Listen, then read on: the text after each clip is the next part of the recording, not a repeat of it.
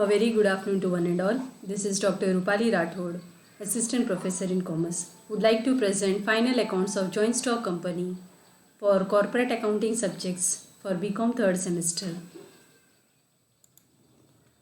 Introduction. The Ministry of Corporate Affairs (MCA) has issued the revised Schedule 6 Financial Account Statement Part 1, Part 2. Part 1 consists regarding the statement of assets and liabilities. Part 2 is related to the statement of profit and loss account. Both the statements are supposed to be prepared in the vertical form. In the year, as we find, like a Companies Act of 1956 was giving Schedule 6.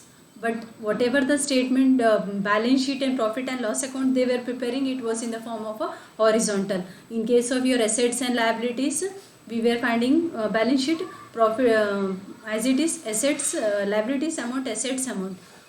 But when it comes with the profit and loss account, it was considering debit and credit side of the profit and loss. Either it may be expenses amount, incomes amount. But in the revised Schedule 6, as per the financial statement, we find, like as per the Companies Act of 2013, we find statement of assets and liabilities has to be prepared. At the same time, statement of profit and loss accounts are to be prepared in the form of verticals. While preparing the financial statement, one thing we have to keep in mind: minimum information has to be presented in the financial statement, and the detailed informations are supposed to be presented in the notes to the schedule. As we find a schedules, a number of schedules are there, up to 20-26 schedules are there. So in that note only we are supposed to, they are same like a working note. How much amount of the share capital is there, reserves fund is there, and why we are maintaining this financial statement, in the sense, in order to know the progress of the firms, what exactly is the result of the organization at the end of the financial year. Definitions of joint stock company. Professor Henny defines joint stock company as a voluntary association of a person for profit.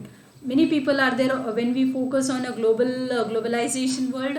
Country wise also, many countries are participating for the joint stock companies. The intention is that one person may bring at as a location resources, capital resources, labors, maybe human skill we can say. So everything can be available.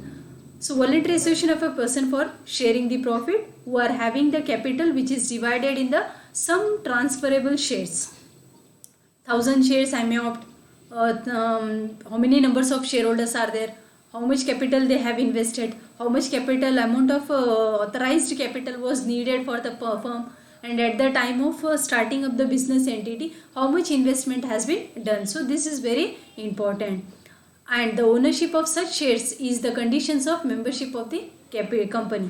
So as we find regarding this one, they are considered as a member of the organization, equity shareholders or ordinary shareholders. Meaning of final accounts or financial statement.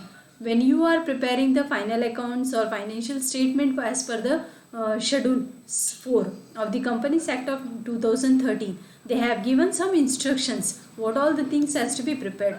Section 2 subsection 40 of the Companies Act of 2013 state that the financial statement should include balance sheet at the end of the financial year, profit and loss account, if it is a non-trading concerns or non-profit organization or charitable institutions, they are supposed to maintain the incomes and expenditure statements, cash flow statement at the end of the financial year, or as it is a statement of changes in equity. These all four statements are prepared as per the section 2 subsection 40 of the Companies Act of 2013. As per the condition for preparing the cash flow statement, which are the organizations which will not be the part, which will not prepare the cash flow statement.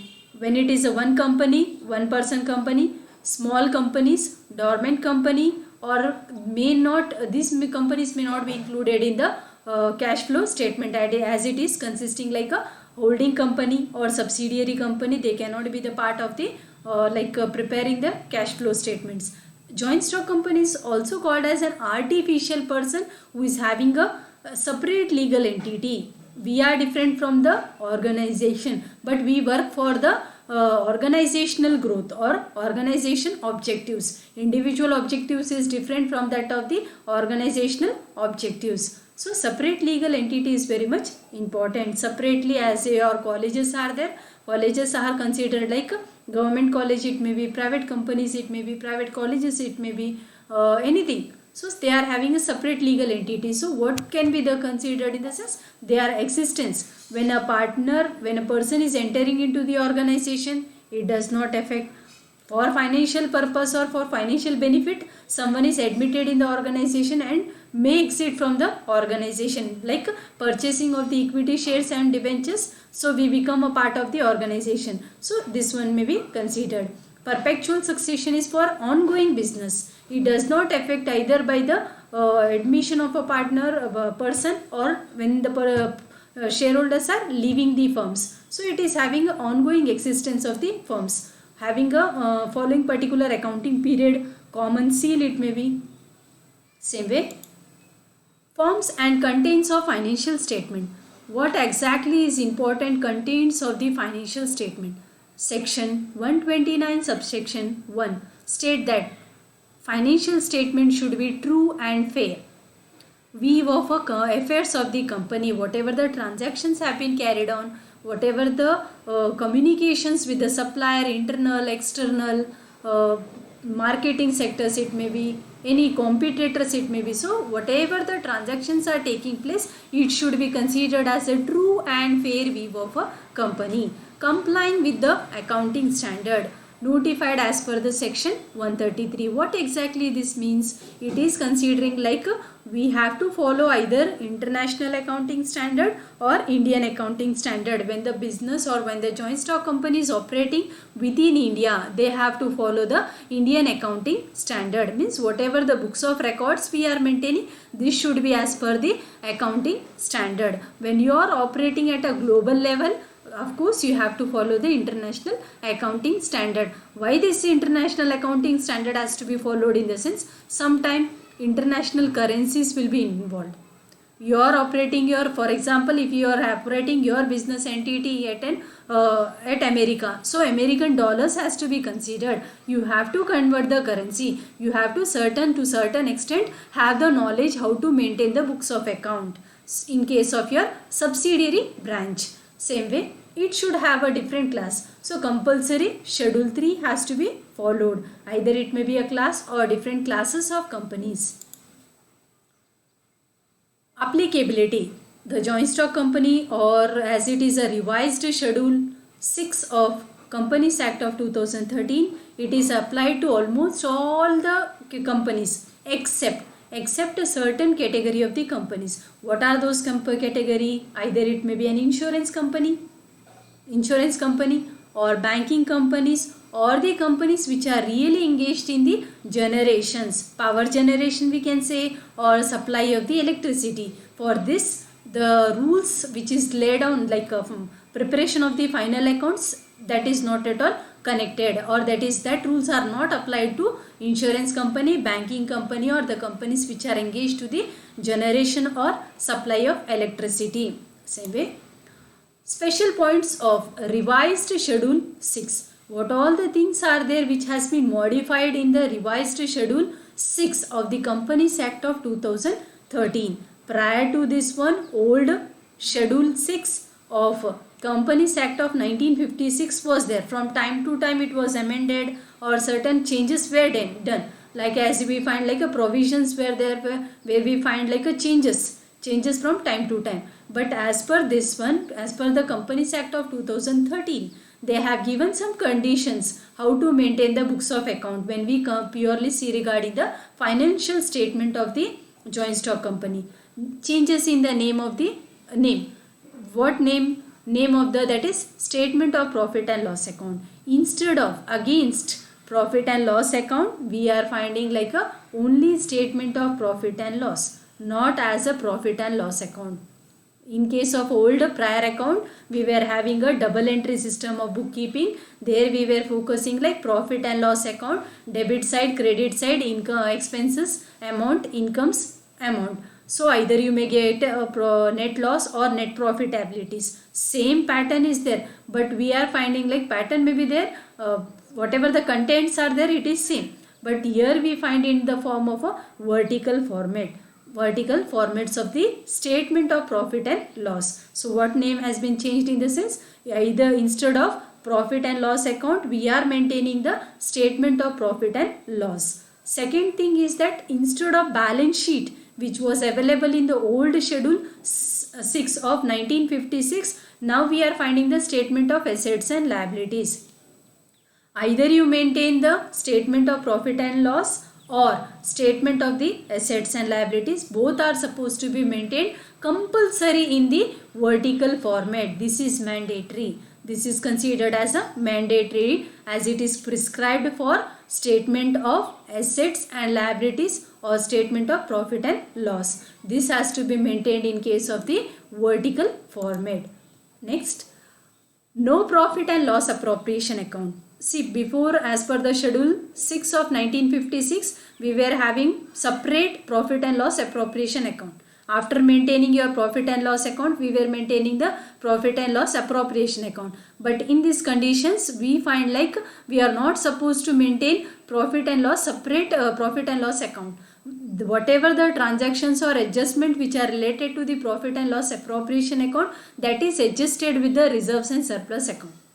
That is adjusted or presented under the reserves and surplus account. Next we find all the assets are classified in earlier fixed asset, current assets were there, but as per the revised schedule, we find that all the assets are classified in the non-current assets, current assets. Non-current assets, again it may be classified into tangible, intangible, or capital work in progress, or it may be development activities. So non-current assets or current assets. Current assets are same as it is a like trade receivables, stock, inventories, bank loans and advances, that means.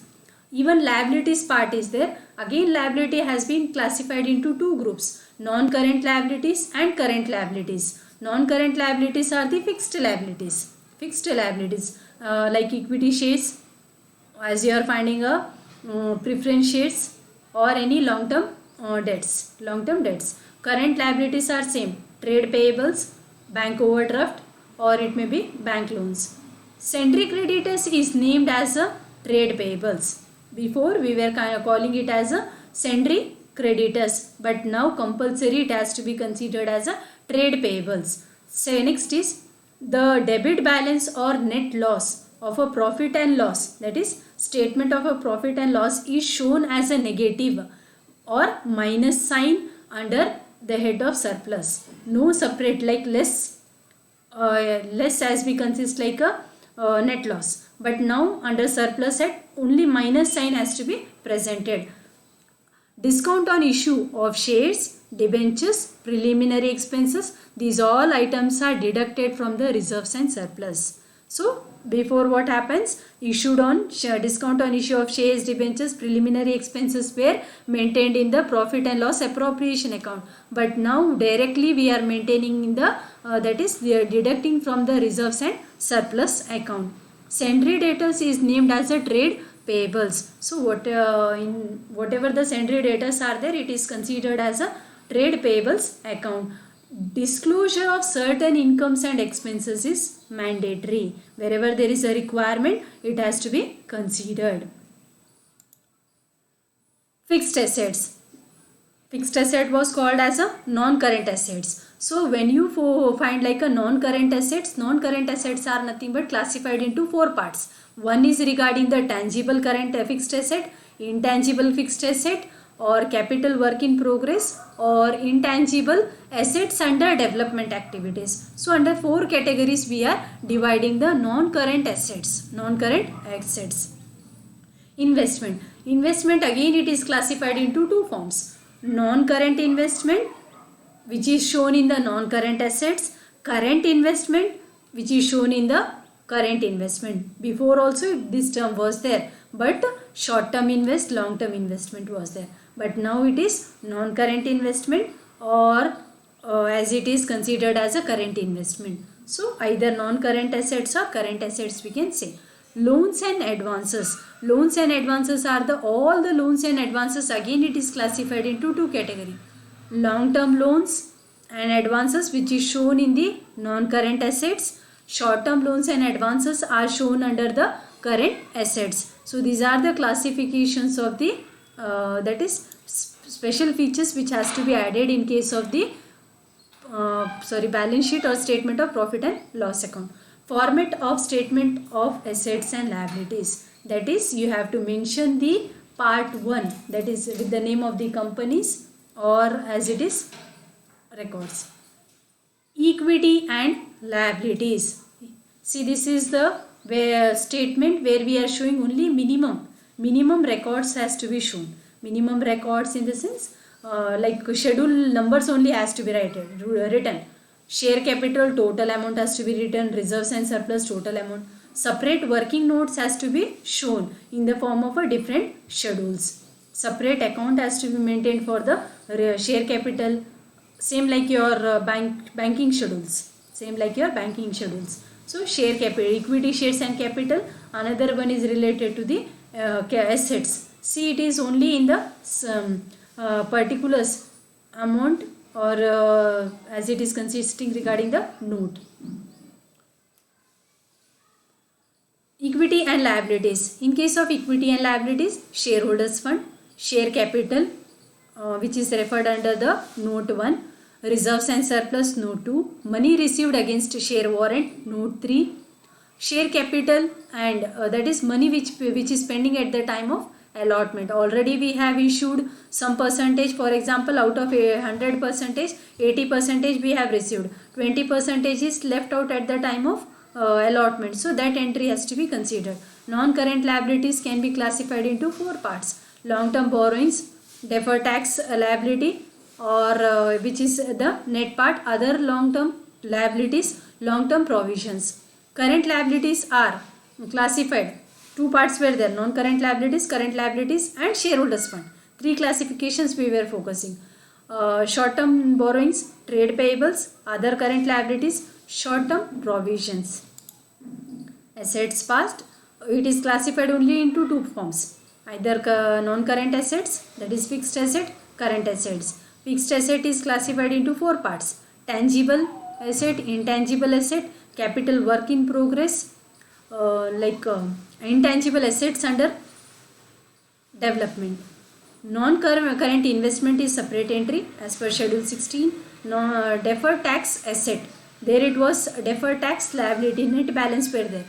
Long-term loans and advances, other non-current assets 9, current assets, current investments, inventory, trade receivables, cash or cash equivalent, short-term loans and advances, other current assets. So these are the things. As per the note, what is the exact amount of the authorized capital? It may be 5 crores, 50 crores, depending upon the nature of the company, whether it is a public, private or what type of sectors. So authorized capital, equity share capital, total number of equity shares, and at the same time what exactly is the value of each shares. Issued, subscribed and paid up capital. Out of 100 percentage, how much has been issued, subscribed or it may be paid up capital. Out of 100 percentage, 60%, 50 percentage at the time of application, at the time of allotment, calls in error, calls in advance. So these all are the things where we are issuing the shares and debentures. Less share paid, less calls unpaid. 30 rupees we have considered. Out of that only 20 rupees has been considered. So how much is considered as an unpaid by the directors or officers? Old shares forfeited. Sometime what happens, due to the first call or final call amount has not yet been received, so that old shares has been removed or rejected. See, regarding the reserves and surplus, in case of reserves and surplus, all the profit and loss appropriation related transactions are recorded in the reserves and surplus account, like security premium reserve, capital reserve, capital redemption reserves, debenture redemption reserves, shares optimum revaluation reserves, shares optimum outstanding account, other reserves, amalgamation reserves in reserves, tax reserves, general reserve, dividend equalization fund, supplies, profit and loss account, credit balance, opening balance of profit and loss account which was in the last year profit, add current year profit less appropriation value, transferable to general reserve, or it may be dividend equalization fund or capital reserve, or it may be debenture redemption reserve. Bonus shares issues, interim and proposed dividend distributions, less preliminary expenses or discount on issue of shares and debentures. Thank you.